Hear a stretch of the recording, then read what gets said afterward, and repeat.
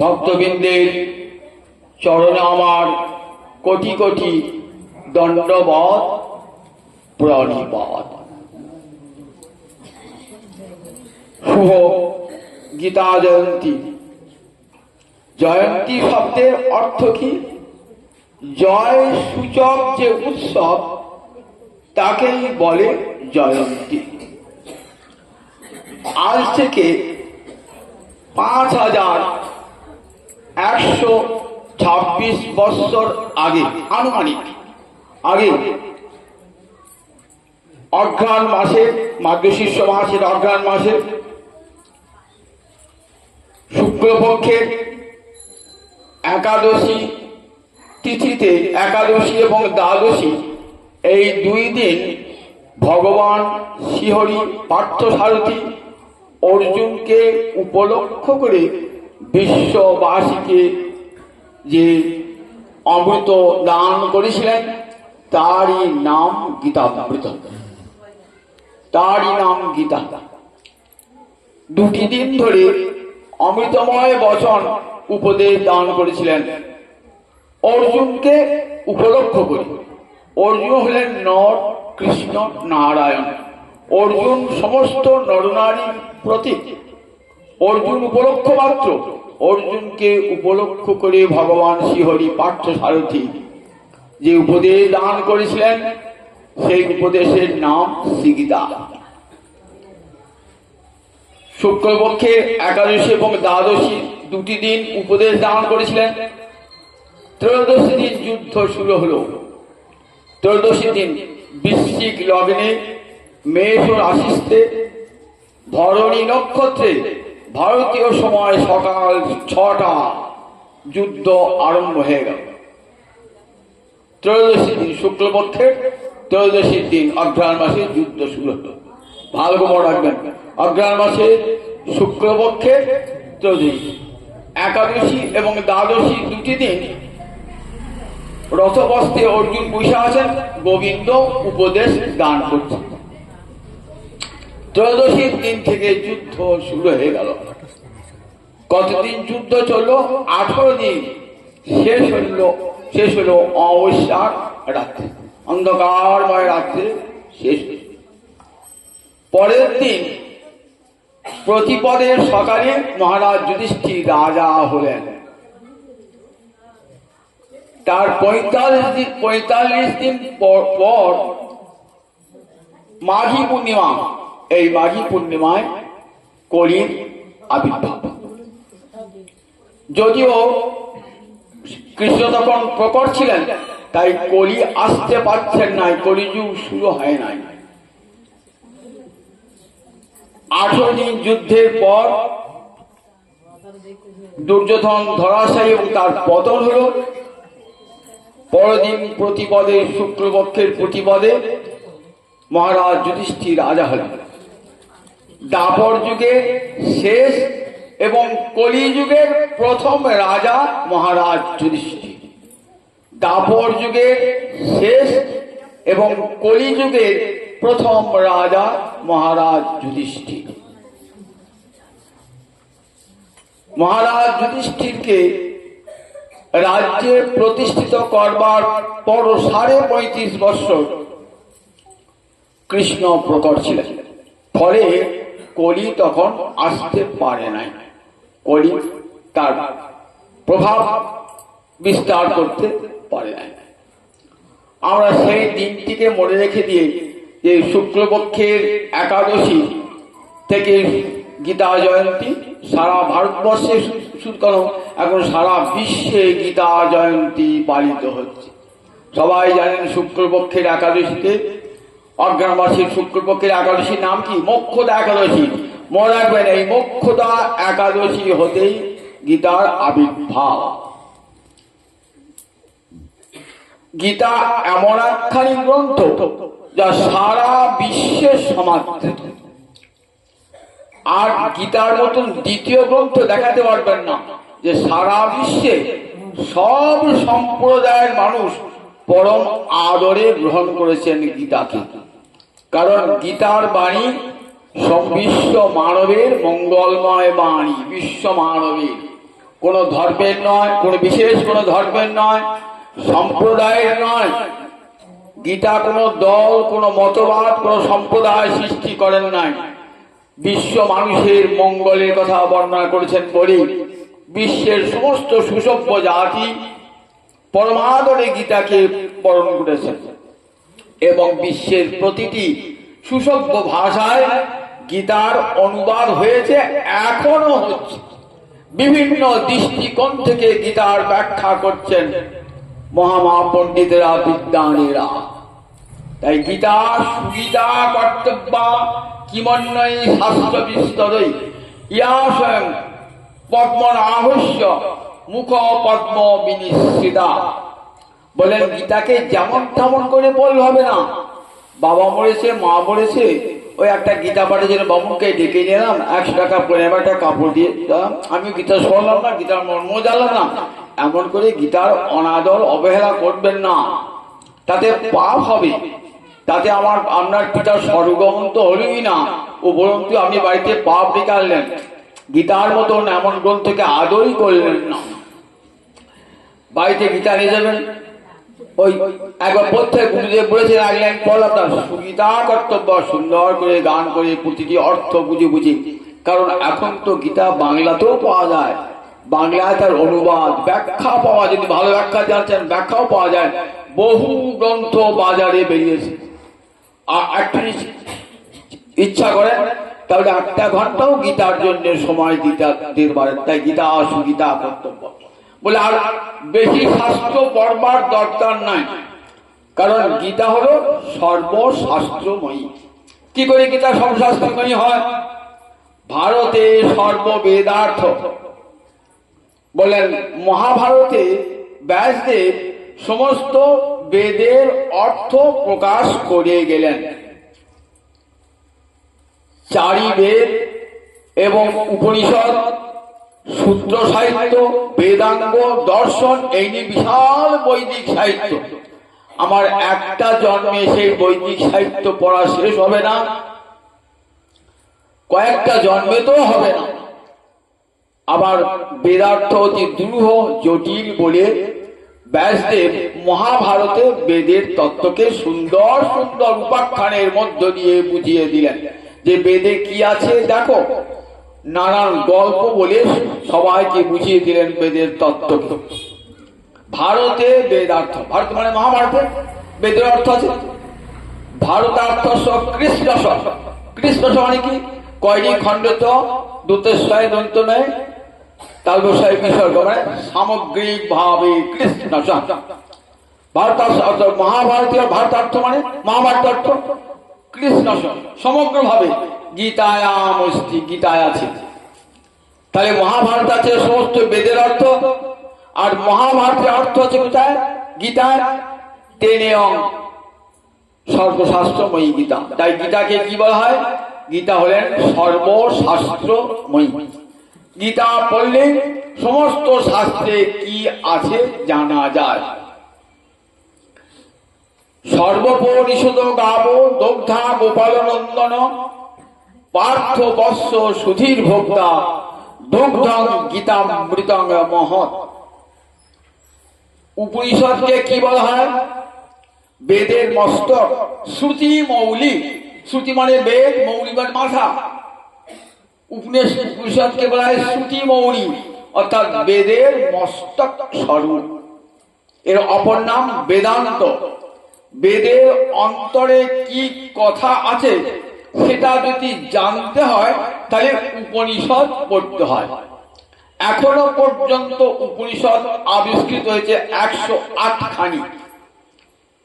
তারও দুরূহ অর্থ, সেসব আমরা তো বুঝতে পারবো না, অনেক সময় লাগবে, দীর্ঘ সময় লাগবে। তবে উপনিষদকে বলতো পরাবিদ্যা। সবাই সে বিদ্যার অধিকারী ছিলেন না। তাই সমস্ত উপনিষদকে বললেন গাভীর তুল্য, সর্বপরিষদ গাব। গো শব্দে প্রথমার বহু বচনে গাব, অর্থাৎ সমস্ত উপনিষদ হলো গাভী, সর্বপরিষদ গাব। গাভীতে দুধ থাকে, দুধ দেন, তার দুধটা যে কেউ গাইতে দোয়াতে পারে? সবাই গাই দোয়াতে পারে না। কারা গাই দোয়াতে যাবে বলেন কি? গোয়ালারা জানে। কারণ গাই দোয়াতে হয় গোয়ালারা জানে। তাকে গীতা গাভীর দুগ্ধটা গীতা গাভী দহন করবে কে? গোয়ালা ছেড়ে পারবে না। কৃষ্ণ গোয়ালার ছেলে গোপাল নন্দন। উপনিষদ গাভীর দুগ্ধ দহন করছেন কে? বলছেন গোপাল নন্দন শ্রীকৃষ্ণ, যশোদানন্দন শ্রীকৃষ্ণ। কিন্তু দোয়াল আছে, গাভী আছে, দুধ পাওয়া যাবে না যতক্ষণ বাছুর বাটে মোবে না দিচ্ছে। বাছুরকে যে বাটে মুক্তি দেবে না, সঙ্গে সঙ্গে দুগ্ধ ক্ষরণ হবে। কে বাছুর বলুন দেখি? পার্থ বৎস। অর্জুনের একটা নাম পার্থ কেন? পৃথার পুত্র। কুন্তির নাম ছিল পৃথা। পৃথা মানে বিশাল হৃদয়া, অর্থাৎ কৃষ্ণ ভক্তিতে অন্তরখানা পরিপূর্ণ ছিল কুন্তি। কৃষ্ণ ভক্তিতে অন্তরখানি পূর্ণ, তাই তার নাম ছিল পৃথা। পৃথার পুত্র পৃথায়া অপত্যং পুমান পার্থ বৎস। তাহলে উপনিষদ হলো গাভী, কৃষ্ণ হলেন দহন কর্তা, অর্জুন হলেন বাছুর। মনে থাকবে। এইবার গাভী থেকে দুধ বার হবে, দুগ্ধ গীতামৃত। এইবার দুধ কারা খায় বলুন দেখি? দুধ কারা খায়? যারা নিজের স্বাস্থ্যকে সুরক্ষিত রাখতে চায়। প্রাচীনকালে মুনীষীরা কামধেনু হোমধেনু রাখতেন সব। কি জন্যে? তারা দুগ্ধ পান করে জীবন ধারণ করতেন।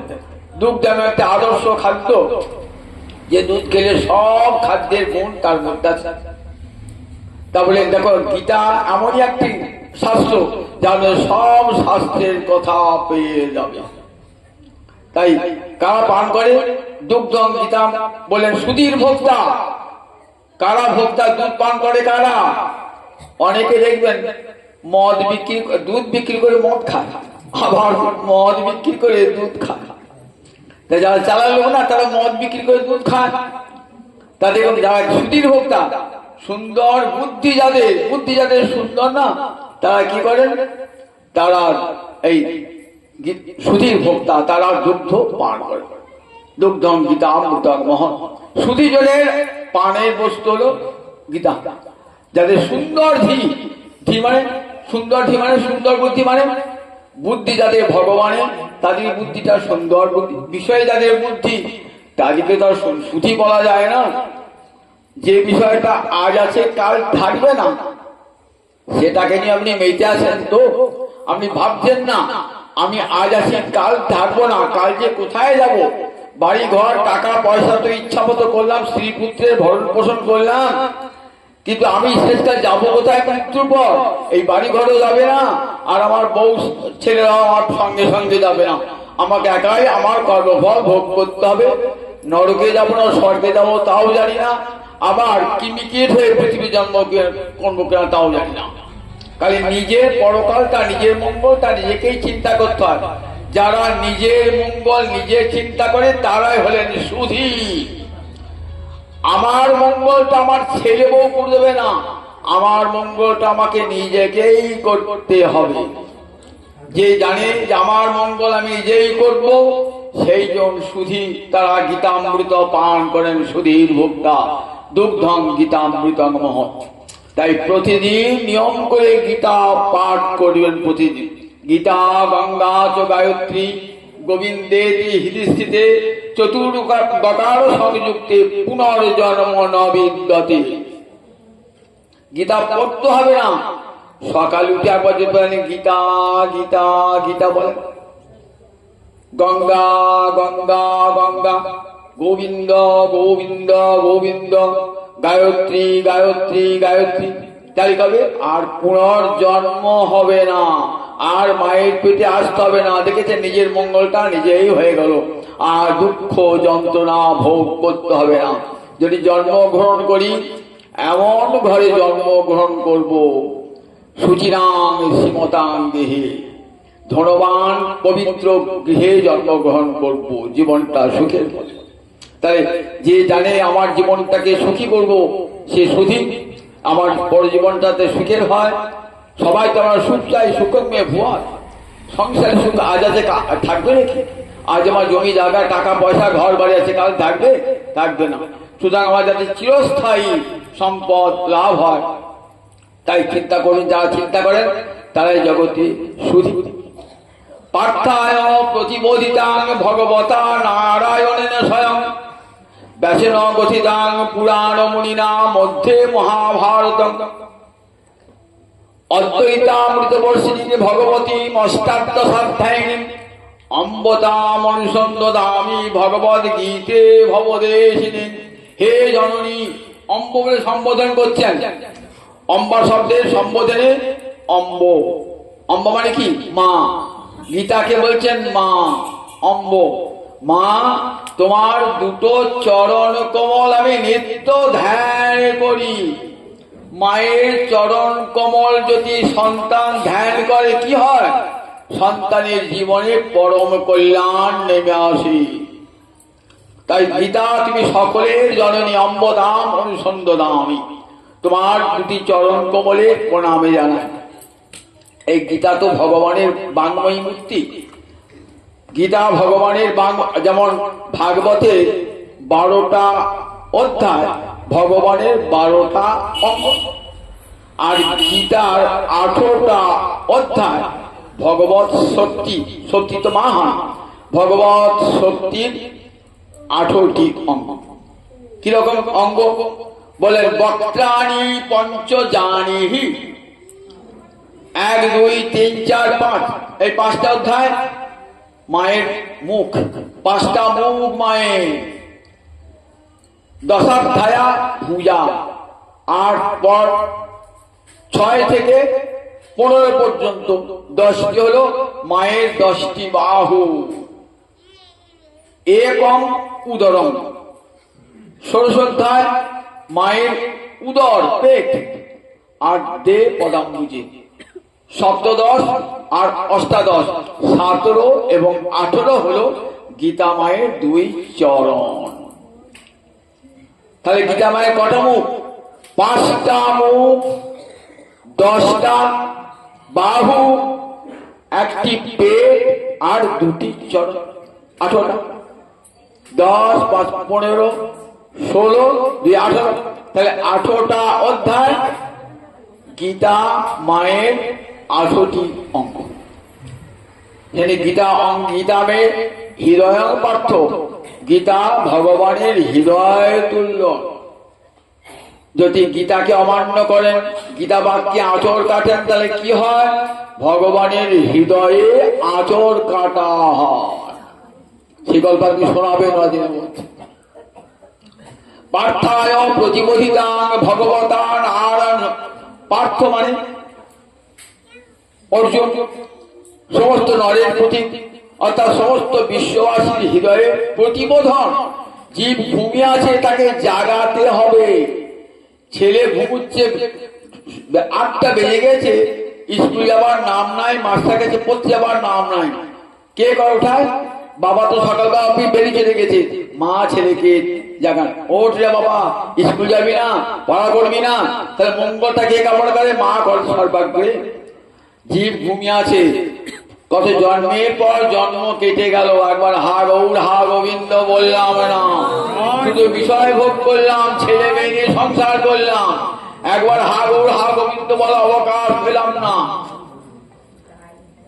তাই মা জাগিয়ে দিচ্ছে, গীতা মা জাগিয়ে দিচ্ছে, জাগো, এমন দুর্লভ মানব জন্ম পেয়েছো, এটা আর নষ্ট করো না, আর মানব জন্ম নষ্ট করো না। মানব জন্ম বিষয় ভোগের জন্য নয়, কৃষ্ণ সেবার জন্য। জীব জাগো, জাগো, এইবার জাগো, কৃষ্ণ সেবার সময় হয়েছে। এমন দুর্লভ মানব জন্ম পেয়েছো, এই জন্ম কৃষ্ণ সেবার জন্য। তাই পার্থায় প্রতিবোধিতা ভগবতা নারায়ণের স্বয়ং, স্বয়ং ভগবান নারায়ণ। নারায়ণ তারা বলে নারায়ণ, সমস্ত নর কে বলে নার, নরানাং সমূহ নার। এই নার যার আশ্রয়। সমস্ত জীবের হৃদয়ে তিনি রয়েছেন, সমস্ত জীবের হৃদয়ে রয়েছেন বলে অয়ন মানে আশ্রয়।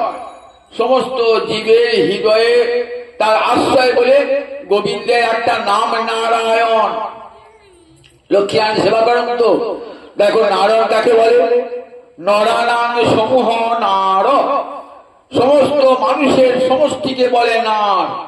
নার অয়নং যস্য স, এই মনুষ্যের হৃদয় যার আশ্রয়। গোবিন্দ বিশ্ব সৃষ্টি করে আবার সব জীবের হৃদয়ে প্রবেশ করেছেন, সেই জন্য গোবিন্দের একটি নাম নারায়ণ। আবার সমস্ত জীব তার হৃদয়ে আছে, সেই জন্য সমস্ত জীবের বাসস্থান গোবিন্দ। না এই না সব জীব এককালে কোথায় যাবে?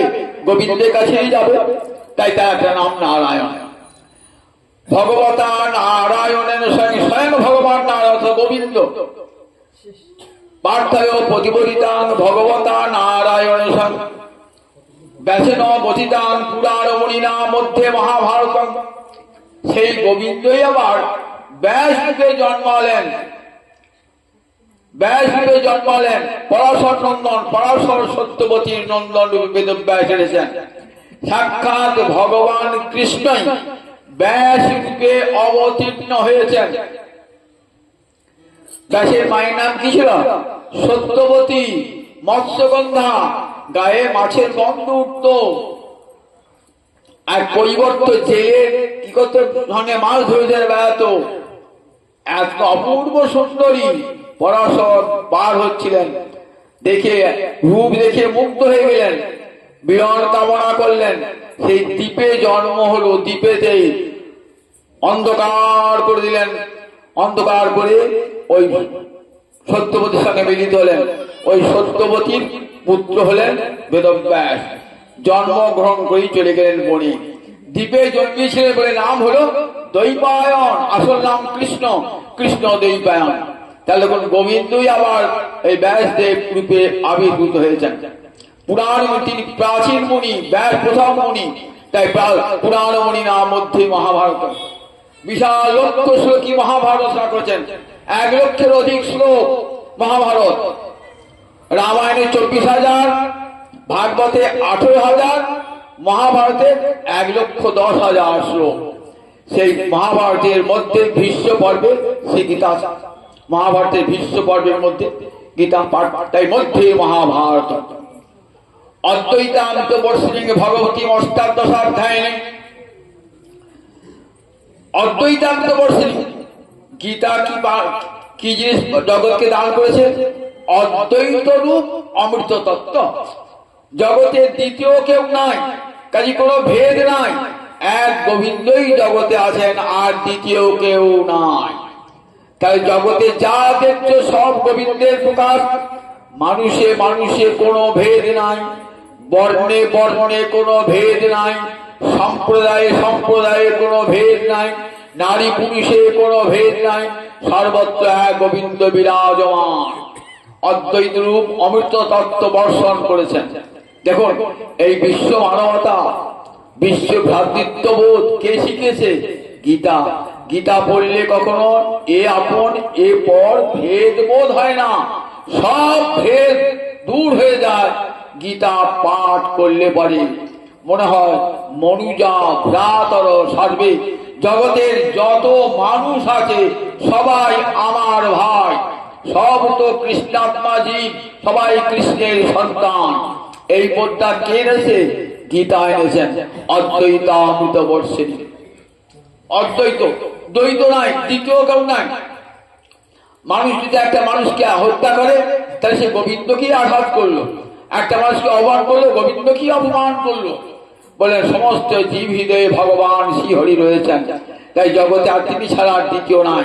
অদ্বৈতামৃত, অদ্বৈত তত্ত্বরূপ অমৃত বর্ষণ করেছেন গীতা। ভগবতী, তুই ভগবতী, সাক্ষাৎ ভগবানের শক্তি, তাই তুই ভগবতী। অষ্টাদশাধ্যায়ে 8টা অধ্যায় তোমার। 8টা অধ্যায় কেন? 8টা অধ্যায় যেন 8টা সিঁড়ি। প্রথম আরম্ভ হয়েছে কি দিয়ে? অর্জুন বিষাদ যোগ দিয়ে। তারপরে ধাপে ধাপে কোথায় পৌঁছেছে? লক্ষ্যে। মোক্ষ যোগ, মুক্তি চায়। এই সংসার জ্বালা থেকে, ত্রিতাপ জ্বালা থেকে মুক্তি পেয়ে আনন্দ লোকে যেতে চায়।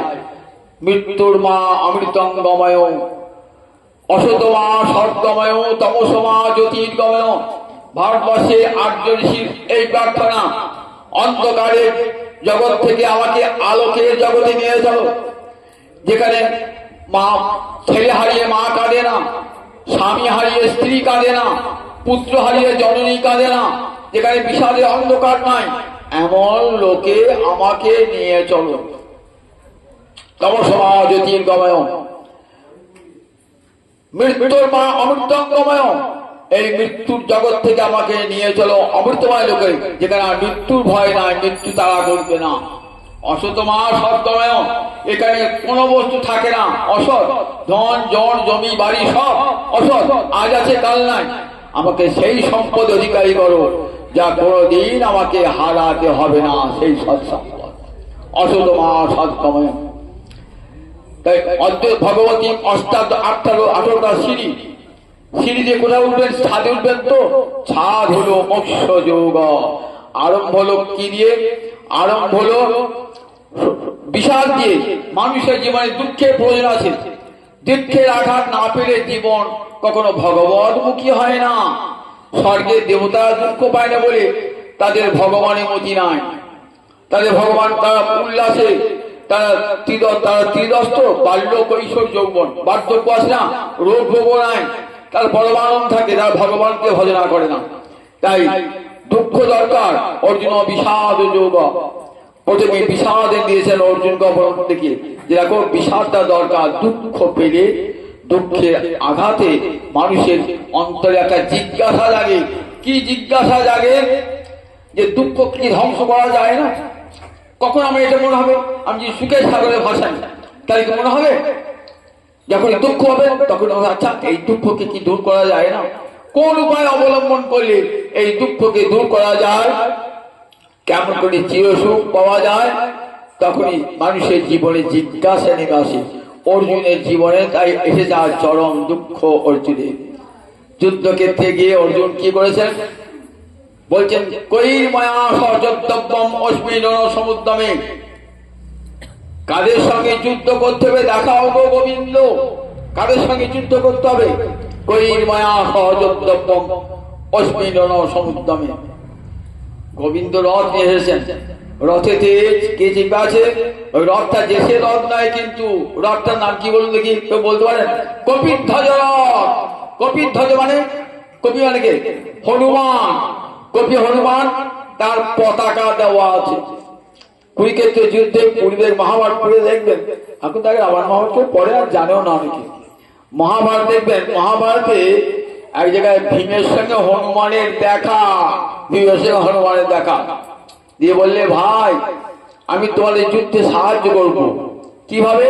তারপরে তুমি চলো আমার সঙ্গে। না, আমার যাওয়ার আদেশ নাই, আমি তোমাদের পতাকায় থাকবো, তোমাদের রথের পতাকায় থাকবো। এমন শব্দ করবো না, হুঙ্কার করবো না, অর্ধেক কৌরব সৈন্য মরে যাবে হুঙ্কারে।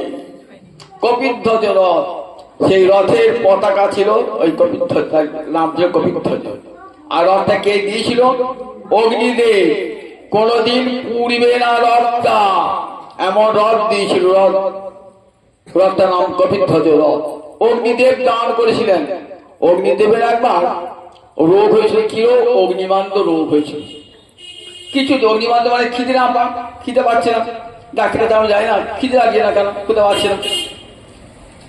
ব্রহ্মার কাছে গেলেন, ব্রহ্মা বললেন যে দেখো, ওই খান্ডব বনটা পুড়িয়ে যদি ওই প্রাণীগণের মেদ ভক্ষণ করতে পারো, তাহলে তোমার রোগটা সেরে যাবে। খান্ডব বন যতবার পুরাতে যান অগ্নি। আর এমন করে ইন্দ্রদেবের বন তো ইন্দ্রের বন, ইন্দ্র এমন বাড়ি বর্ষণ করে আগুন নিভিয়ে দেয়। শত চেষ্টা করো বনটাকে পোড়ানো হয় না। শ্রীকৃষ্ণ অর্জুন করে, চলো একটা সুযোগ আছে, চলো তুমি আগুন লাগাও। অগ্নিদেব আগুন লাগিয়ে দিয়েছেন। অর্জুন তুই বাণ মেরে ওই ইন্দ্রদেবের বাড়ি বর্ষণ কাটিয়ে দাও। অর্জুন বাণ মেরে বাড়ি বর্ষণ আটকে দিল। এবার নির্বিঘ্নে বনটা পুড়ে গেল। বনটা পুড়ে যাওয়ার পর প্রাণীগণের মেদ ভক্ষণ করলো অগ্নি। অগ্নিদেবের রোগ সেরে গেল। এত ঘি খেয়েছিল সেদিকে রাজার যজ্ঞেতে আর অরিচ এসেছিল। এইবার আবার মেদ ভক্ষণ করে রোগটা সেরে গেল। বললেন আমাকে দেবে কি হলে তোমার যে মনটা উপভোগ করলাম, বলে তোমাকে একটা রথ দেবো যে রথটা আগুনে পুড়বে না, আর গান্ডীব ধনু দেবো, আর অক্ষয় তুন দেবো। গন্ডারের চামড়া দিয়ে তৈরি সেই গান্ডীব ধনু আর অক্ষয় তুন। তুন কি থাকে? তুনে বান থাকে, একটা বানও ফুটবে না। এত বান লিখে করে বান শেষ হবে না।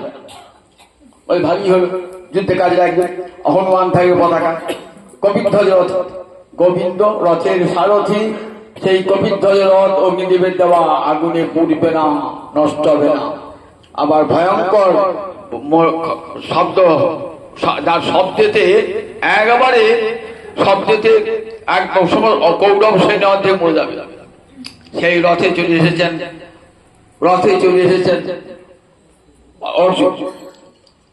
যুদ্ধ হবার পূর্বে থেকে একটা ঘটনা ঘটে গেল।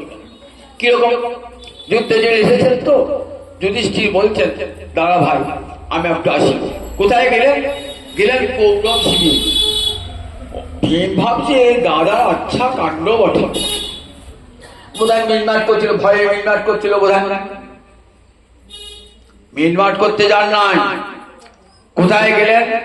প্রথমেই গেলেন পিতামহ ভীষ্মের কাছে। পিতামহ ভীষ্মকে ধন্যবাদ প্রণাম জানালেন। গুরুদেব, পিতা হে পিতামহ, আমাদের যখন বাবা ছিল না তখন আপনি মানুষ করেছিলেন, পিতার মতন স্নেহ নিয়ে ভালোবাসা নিয়ে মানুষ করেছিলেন। আজ এমন কপালের দুর্দৈব, আপনার সঙ্গে যুদ্ধ করতে হবে। এত বড় দুর্ভাগ্য, গুরুর সঙ্গে যুদ্ধ করতে হবে, কিন্তু চরম দুর্ভাগ্য জীবন নেমে এলো। আপনি আমায় ক্ষমা করুন। ভীষ্ম বলে বিজয়ী হও, আশীর্বাদ করে। যুদ্ধ জয় হয়ে গেল। গুরু আশীর্বাদ মাথায় থাকলে কিনা হয় দেখুন। দ্রোণাচার্যের কাছে গেলেন। দ্রোণাচার্যকে বলছে অর্জুন তো তার যুধিষ্ঠির, অর্জুন সবাই তো অস্ত্র শিখেছেন। হে গুরুদেব, এমন দুর্ভাগ্য আপনার সঙ্গে যুদ্ধ করতে বাধ্য। যুদ্ধক্ষেত্রে আমরা চাই, যুদ্ধ তো চাই নাই, কিন্তু বাধ্য যুদ্ধ করতে হলো। দ্রোণাচার্য বলে রয়েছে দুর্যোধনের নুন খাচ্ছি, গুণ গাইছি, কিন্তু মনটা তোমাদের। বিশ্ব তাই বলে এখানে দুর্যোধনের কাছে আসি মানে মনটা তোমাদের জন্যই পড়ে আছে। দ্রোণাচার্য কি করলেন? আশীর্বাদ করলেন, বৎস বিজয়ী ভব, আশীর্বাদ করলেন, জয় হোক তোমাদের যুদ্ধে, বিশ্ব জয় হোক বললেন। কৃপাচার্যের কাছে গেলেন। দ্রোণাচার্যের উপর কৃপাচার্য একটা গুরু, অস্ত্র শিখেছিলেন। কৃপাচার্য এক কথাই বললেন, প্রণাম জানালেন, বলেন বৎস বিজয়ী হব। যুদ্ধের অর্ধেক জয় হয়ে গেল, অর্ধেক জয় হয়ে গেল। যুধিষ্ঠির ফিরে এলেন, বিজয়ের বার্তা নিয়েই যেন ফিরে এলেন। অর্জুন যুদ্ধ করবেন। প্রথম 10 দিনের যুদ্ধ, প্রথম 10 দিনের কৌরব পক্ষে সেনাপতিকে ভীষ্ম, প্রথম 10 দিন ভীষ্ম, পরের 5 দিন দ্রোণাচার্য, 16 দিনের দিন, 16 দিনের সন্ধ্যাবেলা কর্ণ, তারপরে অশ্বত্থামা। প্রথম সেনাপতি ভীষ্ম যুদ্ধ করছেন বটে, যুদ্ধ করতে আসছেন বটে, কিন্তু মনটা তার খুব ভারাক্রান্ত। যে পঞ্চ পাণ্ডবকে আমি কোলে পিঠে করে মানুষ করেছি, আর সেই পঞ্চ পাণ্ডবের যুদ্ধ করব, মনটা খুবই। কিন্তু যদি না করি, একটা রাজনৈতিক উদ্দেশ্য ছিল, কারণ দ্রুপদ রাজা এবং আমাদের যদুবংশে এরা সব রয়েছে পাণ্ডব পক্ষে। ভাবলেন আমাদের কুরাজ্যটা চলে যাবে, ভীষ্ম তো এই রাজ্যের রক্ষক। পিতা বলে গেছে দেখো যেমন রাজ্যের যেন কখনো নষ্ট না হয়, এই একটা মনে মনে ভাবনা ছিল, যার ফলে তিনি পাণ্ডবদের পক্ষে যোগদান করতে পারেন নাই। কিন্তু মনটা পড়েছিল পাণ্ডবদের জন্য। যুদ্ধ করতে আসছেন। এদিকে অর্জুন তার রথের সারথি গোবিন্দকে বলছেন, কই মায়া সযদ্যম অস্মিন রণ সমুদ্রমে। এই যুদ্ধে কারো ইচ্ছা ছিল না। যুদ্ধটা দেখো, পাণ্ডব পক্ষের কারো যুদ্ধ করার ইচ্ছা ছিল না। কপট পাশা খেলায় দুর্যোধন হারিয়ে দিল যুধিষ্ঠিরকে। শর্ত হলো কি, একবার পাশাঘাত তো হারালো, সেবার নির্মাণ হলো। দ্বিতীয়বার পাশাঘাত 12 বৎসর বনবাস, 1 বৎসর অজ্ঞাতবাস, তারপর ফিরে এলে রাজ্য পাবে। 12 বৎসর বনবাস, 1 বৎসর অজ্ঞাতবাসের পর যখন ফিরে এলো, ফিরে এসে বললে, একজন ব্রাহ্মণ পুরোহিতকে পাঠালে কৌরব সভায়, এবার আমরা ফিরে এসেছি, তোমাদের শর্ত পূরণ করেছি, আমাদের রাজ্য ফিরিয়ে দাও। দুর্যোধন অহংকারী কি বললেন? সুচক্র পরিমিতাং ভূমিক ন দাস্যামি রণং বিনা, বিনা যুদ্ধে নাহি দিব সুচক্র মেদিনী। যুদ্ধ ছাড়া সূচির অগ্রভাগে যে পরিমাণ ভূমি থাকে আমি দেবো না। 5খানা গ্রাম দেবে না, তাহলে তো অর্ধেক রাজ্যের মালিক। 5খানা গ্রাম দাও, 5 ভাই করে খাবে, দেবে না। শেষকালে কৃষ্ণ ভাবলেন একবার দেখি, চেষ্টা করে, নইলে তো কৃষ্ণের বদনাম হবে, একবার মেটানোর চেষ্টা করে দেখি। কৃষ্ণ গেলেন, এসে মেটামাটি করেন যে 5 ভাই 5খানা গ্রাম দিবি, সন্তুষ্ট, কেউ চায় না। দুর্যোধন দেবেন তো না, উপরন্তু কৃষ্ণকে বাঁধবার জন্য ব্যবস্থা করলেন কৃষ্ণকে। দেখুন, তখন দুর্যোধনকে বিশ্বরূপ দেখালেন, তুমি আমাকে বাঁধবে কোথায়? আমাকে যেখানে দেখবে সেইখানে তো আমি রয়েছি। যেখানে বাঁধতে চান দেখছি অন্যদিকে কৃষ্ণ, আবার বাঁধছেন অন্যদিকে কৃষ্ণ, আবার বাঁধছেন অন্যদিকে কৃষ্ণ। দুর্যোধন অবাক হয়ে সেই ভগবানের বিশ্বমূর্তি দর্শন করি, বিশ্বরূপ মূর্তি দর্শন করি। শেষ পর্যন্ত মহারাজ যুধিষ্ঠির পিতার কাছে গেলেন, পিতার কাছে মহারাজ যুধিষ্ঠির গেলেন জননীর কাছে, জননী কুন্তির কাছে গেলেন। কুন্তির কাছে গিয়ে বলছেন যে মা, যুদ্ধ করব? বলেন না না, যুদ্ধ তো করতেই হবে। কেন জানো? ওই কুলাঙ্গার দুর্যোধন সকলের সামনে আমার পুত্রবধূ মর্যাদা নষ্ট করেছে। নারীর মর্যাদা যে নষ্ট করে, সেই পশুর শাস্তি হওয়া প্রয়োজন, সমুচিত জবাব দিতে হবে তোমাকে। যাও পুত্র, আমি যুদ্ধ চাই নাই, কিন্তু এখন যুদ্ধ দিতে হবে। কুলাঙ্গার দুর্যোধন দুঃশাসন, যারা আমার পুত্রবধূ মর্যাদা নষ্ট করেছে পুরুষদের সভায়, তাকে শাস্তি দান করতে হবে। মায়ের অনুমতি নিয়ে এসেছেন যুধিষ্ঠির যুদ্ধ করতে। অর্জুন রথে চলে যাচ্ছেন, কই মায়া সহযোদ্ধব্যম, কাদের সঙ্গে যুদ্ধ করবো দেখাও। দেখেন, এই দেখো, এদের সঙ্গে যুদ্ধ করতে। পশ্যইতান সমবেতান, পশ্য এতান সমবেতান কুরুন। এই দেখো, সমবেত কুরুবর্গকে দেখো, এদের সঙ্গে যুদ্ধ করতে হবে। ভগবান আঙুল নাড়িয়ে দেখাচ্ছেন, যাদের যাদের দিকে আঙুল লাগিয়েছেন না, বলছেন তাদেরই বিনাশ লিখেছে, সব বিনাশ লিখেছে। ভীষ্ম সে কথা বলছেন যে প্রভু, ভীষ্ম সরস্বতী রয়েছেন না, বলছেন প্রভু তুমি যখন অঙ্গুলি নির্দেশ করে দেখালে যে এই কৌরব বর্গের সঙ্গে যুদ্ধ করতে হবে, তখনই আমি জানলাম ওই কৃষ্ণের অঙ্গুলি যাদের যাদের দিকে পড়েছে তাদের বিনাশ অবশ্যম্ভাবী। দৃষ্টিমং স্বজনং কৃষ্ণ, বাবরি এদের সঙ্গে যুদ্ধ করতে হবে। এরা তো আমার সব নিজের ভাই, কেউ নিজের পিতৃব্য, কেউ নিজের শ্যালক, কেউ সম্বন্ধী, সব নিজজন। কি করে হত্যা করবে এদের সঙ্গে আমি? কি করে হত্যা করবো? লোকে সম্পদ ভোগ করে স্বজনগণকে সঙ্গে নিয়ে, আর আমি স্বজনকে বধ করে সম্পদ ভোগ করবো? কথং হি স্বজন হত্যা সুখিনাশ্যাম মাধব। স্বজনগণকে হত্যা করে আমি কেমন করে সুখী হব মাধব? ন কাংসে বিজয় কৃষ্ণ ন চ রাজ্যং সুখানি চ। আমি বিজয় চাই না গোবিন্দ, আমি রাজ্য চাই না, আমি সুখ চাই না। অপরকে দুঃখ দিয়ে, অপরকে হত্যা করে রাজ্য, তাদের রুধির প্রতিঘান, তাদের রক্ত মাখা সম্পদ আমি ভোগ করতে চাই না। এর চাইতে ভিক্ষা শ্রেয়, আমি ভিক্ষা করবো সেও ভালো। ওরা আমাদেরকে যুদ্ধে পরাজিত করুক, আমি চাই না, যুদ্ধ করতে চাই না।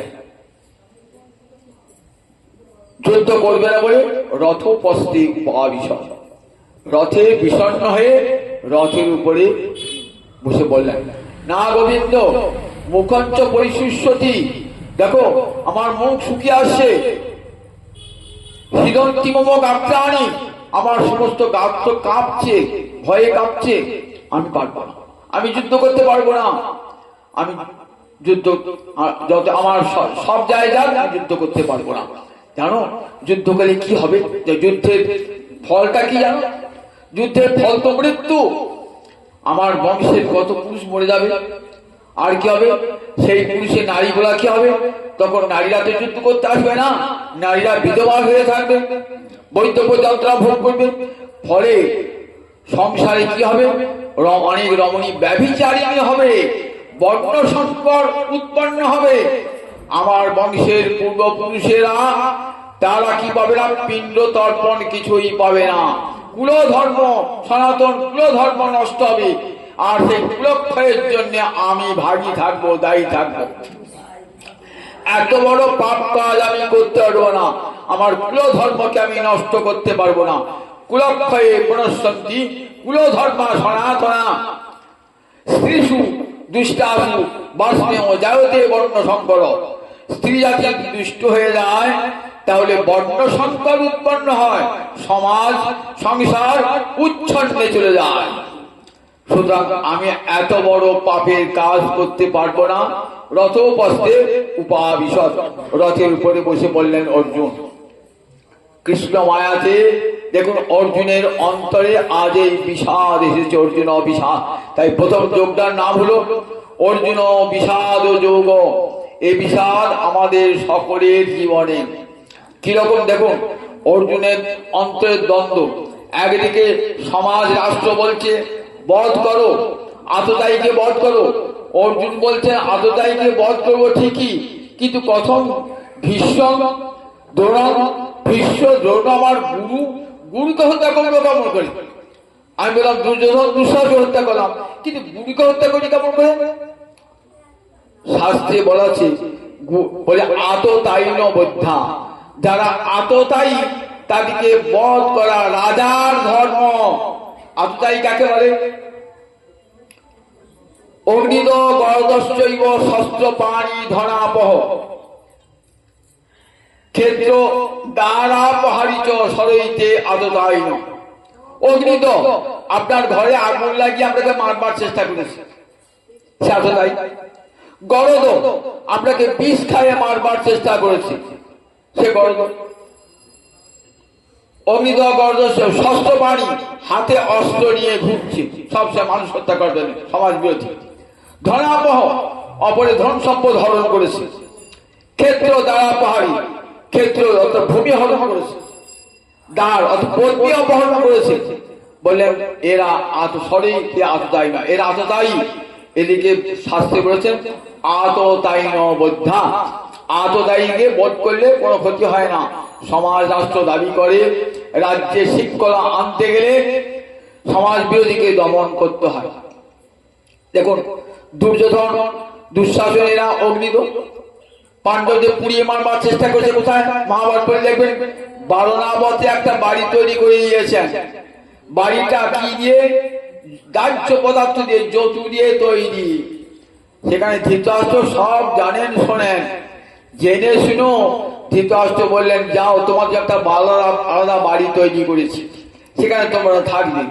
সেখানে গেলেন, জানছেন রাত্রিবেলাতে সেখানে আগুন লাগিয়ে দেবো, সেখানে ওই পঞ্চ পাণ্ডব এবং কুন্তি মরে যাবে, আর সমস্ত কাকা শেষ হবে।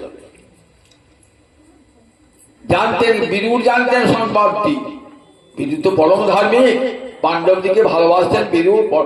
বিদুর জানিয়ে দিলেন দুর্যোধনকে, কেমন সাংকেতিক ভাষায় জানিয়ে দিলেন যে ওই গৃহে তোমরা থেকো না, তোমাদেরকে পুড়িয়ে মারবার ব্যবস্থা করা হচ্ছে।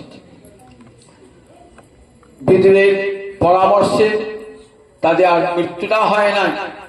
একটা ভিখারিনী তার পঞ্চপুত্রকে নিয়ে ওই মারা গেছে। সুরঙ্গ কেটে পঞ্চপাণ্ডব কুন্তি বেরিয়ে এসেছে। তখন তারা চতুর্দিকে বনবাসে ঘুরে বেড়াতে লাগলেন। সেই সময় এসেছিলেন ওই যে এক চক্রা বীরচন্দ্রপুর এক চক্রা, যেখানে ওইখানে এসেছিলেন, ওই ঘুরতে ঘুরতে ঘুরতে ঘুরতে পঞ্চপাণ্ডব ওখানে কাজ দিয়ে বললেন তোমরা এখানে কিছু কাল থাকো। গরদশ চাইব বিষ খায় মেরে দেবো। কিরকম বিষ খায় দেখো, দুর্যোধনকে কি খায়, দুর্যোধন ভীমকে কি খাইছিল, বিষের নাড়ু খাই দিয়েছিল, বিষের নাড়ু খেয়ে জলে ফেলে দিয়েছিল। দেখুন সেখানে গিয়ে পাতালে গিয়ে একবারে অযুত হস্তি বল নিয়ে এলো ভীম। তাহলে অগ্নিদহ গরদস্যই হাতে সবসময় অস্ত্র থাকতো এমন দুর্যোধন দুঃশাসন। তাহলে দেখুন এর আততায়ী, এ তো বোধ করে ক্ষতি হয় না। আততায়ীদের সঙ্গে যারা যোগ দিয়েছে তারা গুরু হলো, তাদেরকে বধ করতে হবে। কিন্তু দুর্যোধন অর্জুন বলেন আমি বধ করতে পারবো না, নরযশী যুদ্ধ করবো না। তখন ভগবানের মুখ থেকে গীতার দ্বিতীয় অধ্যায় যার নাম সাংখ্যযোগ, তখনই ভগবান কি করলেন, আত্মতত্ত্ব বোঝালেন। ভগবান অর্জুনকে তখন উপদেশ দান করছেন। এইবার যতক্ষণ অর্জুন কথা বলছিলেন না, ভগবান চুপ করে আছেন। শিষ্য যদি গুরুর কাছে গিয়ে বড় বড় জ্ঞানের কথা বলে না, গুরুদেব বলেন তুমি সব জানো, আমার কাছে কি জন্য এসেছো, আমার কাছে কি জন্য এসেছো। শিষ্য যদি বিনয় না দেখায়, তাহলে গুরুদেবের কাছে গিয়ে নিজের জ্ঞান গরিমা দেখায়, জগতের কোন গুরু শিষ্যকে উপদেশ দেবে বলুন দেখি, বলে তুমি যাও সব জানো। গুরুর কাছে যেটা কি বলে, আমি কিছুই জানি না প্রভু, এই মাত্র জানি, কিছুই জানি না, জানি তোমার কাছে এলাম, তুমি কৃপা করে কোনটা আমার মঙ্গল কোনটা অমঙ্গল তুমি দেখিয়ে দাও। এমনি করে যখন আমি তোমার শিষ্য, তোমার উপদেশ মতো চলবো, তখনই গুরুদেব উপদেশ দান করে, জানি উপদেশটা আমার ব্যর্থ হবে না। দিন না হলে উপদেশ স্থায়ী হয় না। মাথা উঁচু করে আছে অহংকারী, কি হবে সেখানে উপদেশ দাঁড়াবে? পাহাড় মাথা উঁচু করে দাঁড়িয়ে আছে, গাছ মাথা উঁচু করে দাঁড়িয়ে আছে, জল ঝরে পড়ে যাচ্ছে। আর নদী নালা খাল হয়ে আছে, দেখুন জল ঝরে যাচ্ছে। যখন দীনতার গর্ত আসবে হৃদয়ে না, তখন ভগবানের উপদেশ, গুরুদেবের উপদেশ তখন কাজে লাগবে। ভগবান তাই ভগবান এতক্ষণ একটি কথাও ভগবান বলেন না, ভগবান চুপ করে আছেন। দেখি মোল্লার দৌড় কতদূর পর্যন্ত, মোল্লার দৌড় মসজিদ পর্যন্ত। আর তো অর্জুন বলে যুদ্ধ কবরদানি থেমে গেছে। শেষে তখন ভগবান একটা ধমক দিলেন। ভগবান গুরুর ক্ষমতা আছে শিষ্যকে ধমক দেওয়ার, পিতার যেমন ক্ষমতা আছে পুত্রকে ধমক দেওয়ার, শিক্ষকের ক্ষমতা আছে ছাত্রকে ধমক দেওয়ার। কারণ যদি বিপথে যায় শিষ্য, ছাত্র, পুত্র যদি বিপথে যায়, তাদেরকে সুপথে ঘুরিয়ে আনবার জন্য পিতা মাতা গুরুজন কি করেন, ভৎসনা করে ফিরিয়ে নিয়ে আসেন। অর্জুন তার কর্তব্য রক্ষা করবেন না। অর্জুন তো ক্ষত্রিয়, ক্ষত্রিয় কি কর্তব্য? ক্ষতাৎ ত্রায়তে ইতি ক্ষত্রিয়, ক্ষত থেকে ত্রাণ করে, অর্থাৎ বিপদ থেকে প্রজাপতিকে রক্ষা করবে, এটাই তো ক্ষত্রিয় ধর্ম। তখন এই ব্রাহ্মণেরা কি করে, কালকে ব্রাহ্মণ বলা তো যারা পড়াশোনা লেখাপড়া নিয়ে থাকতো, যাগযজ্ঞ নিয়ে থাকতো, দেবার্চন থাকতো, ব্রাহ্মণ বলা হতো। ক্ষত্রিয় কাজে বলা হতো যারা রাজ্য শাসন করে, এখন যারা রাজনীতি করেন তাদেরকে ক্ষত্রিয় বলতো। বৈশ্য ব্যবসা বাণিজ্য করেন তারা বৈশ্য, আর যারা কায়িক পরিশ্রম তারা শুদ্ধ বলা হতো। এইবার সমাজে এরকম চারটে ভাব ছিল। তা ক্ষত্রিয় তোমার কাজ হচ্ছে ক্ষত থেকে ত্রাণ, অর্থাৎ বিপদ থেকে প্রজাপতি যখন বিপদে পড়বে তাদেরকে রক্ষা করো, তোমার তো ধর্ম। তুমি যে সে ধর্ম পালন না করো, রাজধর্ম পালন না করো, তাহলে তোমার অপরাধ হবে। ব্রাহ্মণ যদি বেদ পাঠ না করে, ব্রাহ্মণ যদি শাস্ত্র পাঠ না করে, তাহলে তার সেটা অপরাধ। ক্ষত্রিয় যদি রাজ্য শাসন না করে, তাহলে তার সেটা অপরাধ হয়ে যায়, অপরাধ। তুমি ক্ষত্রিয়, তোমার কর্তব্য ক্ষত থেকে রক্ষা করো। তুমি যদি যুদ্ধ না করো, তাহলে তোমাকে কি অসর্গম বললেন, অযশস্কর বললেন, দেখো তুমি স্বর্গ প্রাপ্ত হবে না, আর লোকে তোমাকে যশ দানও করবে না। অকীর্তিকরম, অসর্গম, অকীর্তিকরম। আবার অধর্ম, এটা তোমার, তুমি ভাবছি তোমার ধর্ম, এটা তোমার অধর্ম। ভগবান বলছেন অর্জুনকে, বলে দেখো ধমক দিয়ে বলছে কুতস্থা কস্মল মিলন বিষমে সংকষ্ট। আর বিষম সংকট করে তোমার এই মোহ কোথায় দিল, তোমার মোহ কোথায় দিল বিষম সংকট করে। অসর্গম অযশস্যম অনার্য দুষ্টম অনার্য জনচিত তোমার এই মনোভাব করতে গেল। ভগবান ধমকিয়েছেন, বলে দেখো ক্লৈবং বাষ্প অপার্থ, এটা ক্লীবতা। যুদ্ধ করতে এসে বলছে যুদ্ধ করবো না, এটা পাপ। ক্লীবতা কাপুরুষতা একটা পাপ। অর্জুন পাপ দেখো, পাপ পাপ তুমি ক্ষত্রিয় হয়ে যাও, যুদ্ধ না করো পাপ তোমাকে স্পর্শ করবে। কৈবং বাষ্প অপার্থ নৈতত্য পদ্ধতি, এটা তোমার সাজে না। তুমি সব্যসাচী, তোমার দুই হাতে তিন চলে, তুমি সব্যসাচী, তোমার এটা সাজে না। নারীর মতন কান্না, কাপুরুষের মতন কান্না তোমার সাজে না। কৈবং বাষ্প অপার্থ নৈতত্য পদ্ধতি তস্মাৎ তমোত্তিষ্ঠ, ওঠো যুদ্ধ করো। তখন অর্জুন বলছেন প্রভু কোনটা যুদ্ধ করা আর যুদ্ধ না করা কোনটা ভালো আমি তো জানি না। শিষ্যস্তেহং সাধিমাং তাং প্রপন্নম, আমি তোমার শিষ্য, আমাকে তুমি উপদেশ দাও। আমি তোমার চরণে প্রপন্ন হলাম। প্রপন্ন মানে তোমার চরণে শরণাগত হলাম। আমি তোমার শিষ্য। শিষ্যস্তেহং,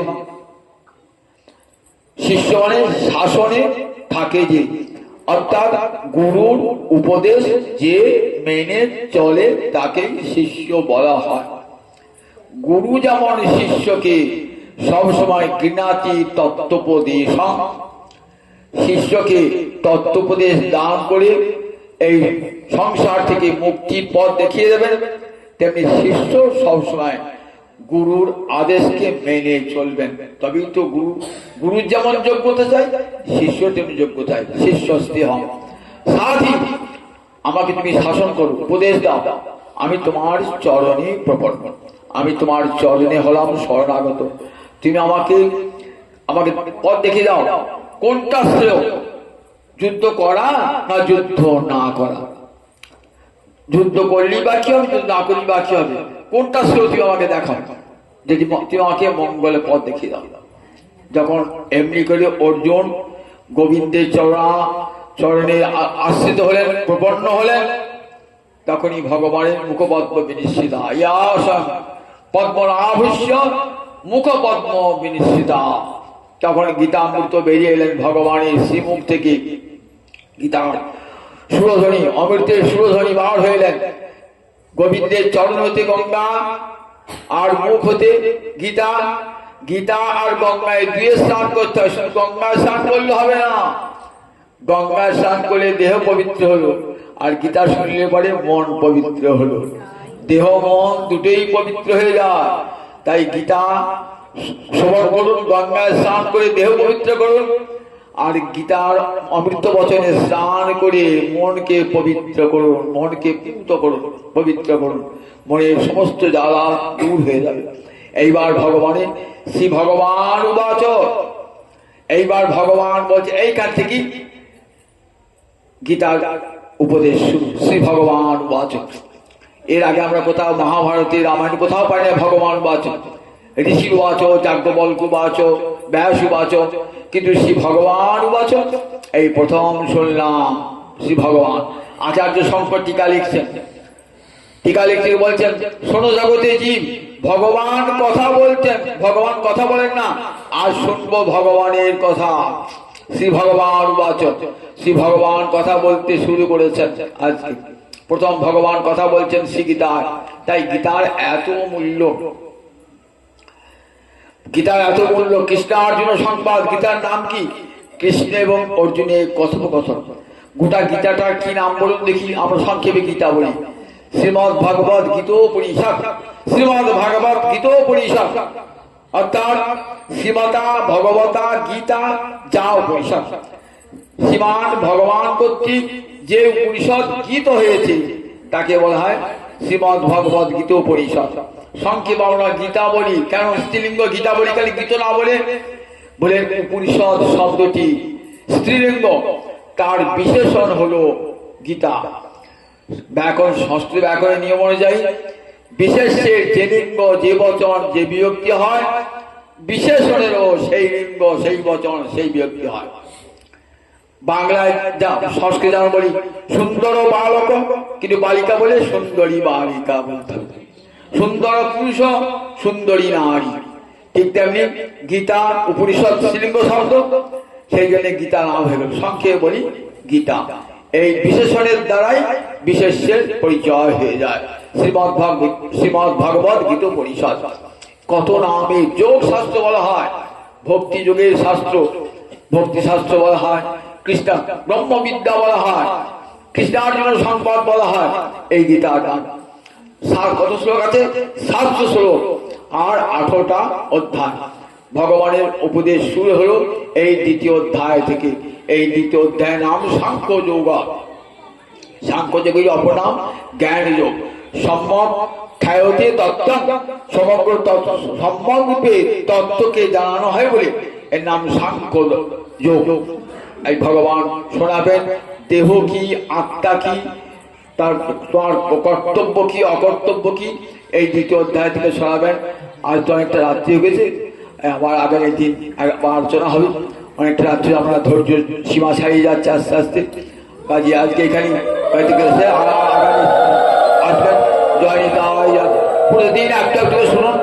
সব 18 অধ্যায় গীতা পুঁথি তো শোনানো সম্ভব হবে না, 1800 দিন বললেও হবে না। এই 9টা দিনে কেমন করে হবে? আগে তো 8 দিন করেছি, কিন্তু 8 দিন লোকের ধৈর্য থাকে না বলে কমিয়েছি, শুধু তাই নয় 8 দিনে অনেকটা খরচাও অনেকটা আছে। যত কম খরচায় আপনার সবার সহযোগিতা কিছু না পেলে তো এত বড় একটা যজ্ঞ করা যাবে না। যা কিঞ্চিত কিঞ্চিত আনুকূল্য আর্থিক সাহায্য করি, এত একটা যোগ্য অনুষ্ঠান করুন। সবাই মা গীতার আশীর্বাদ সবার পর ঝরে পড়ুক, সকলে কল্যাণ হোক, মঙ্গল হোক। এই বলি আজ এখানে ওই গীতার কথা এখানে বিশ্রাম। আবার আগামীকাল সকাল করে আসবেন, গীতা আরম্ভ হবে। দ্বিতীয় অধ্যায় থেকে আরম্ভ করবো আবার। জয় নিতাই, জয় নিতাই, জয় নিতাই।